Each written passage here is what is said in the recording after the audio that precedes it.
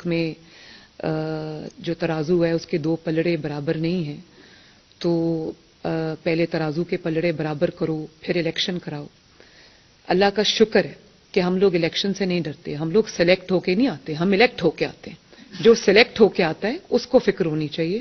اور کل آپ نے شیخ رشید صاحب کی گفتگو سنی، ان کی جو پوری سیاست ہے پی ٹی آئی کی، وہ اس چیز پہ بیس کرتی ہے کہ کون سی تقرری کب ہو رہی ہے. تو کل ان کے منہ سے یہ بات نکل گئی جلسے میں لاہور کے، کہ جو یہ چاہتے ہیں کہ جو اکتوبر میں الیکشن اس لیے ہوں کیونکہ اس میں یہ چیف جسٹس چلے جائیں گے، دوسرے چیف جسٹس آ جائیں گے. تو مجھے اس سے یہ اندازہ ہوا کہ ان کی جو سیاست ہے وہ ساری تقرریوں کے ارد گرد گھومتی ہے. پہلے ان کے ساتھ وہ اسٹیبلشمنٹ کے کردار تھے جو اب جا چکے ہیں، تو اب انہوں نے جوڈیشل اسٹیبلشمنٹ ڈھونڈ لی ہے جس کے اوپر یہ تکیہ کر کے بیٹھے ہوئے ہیں.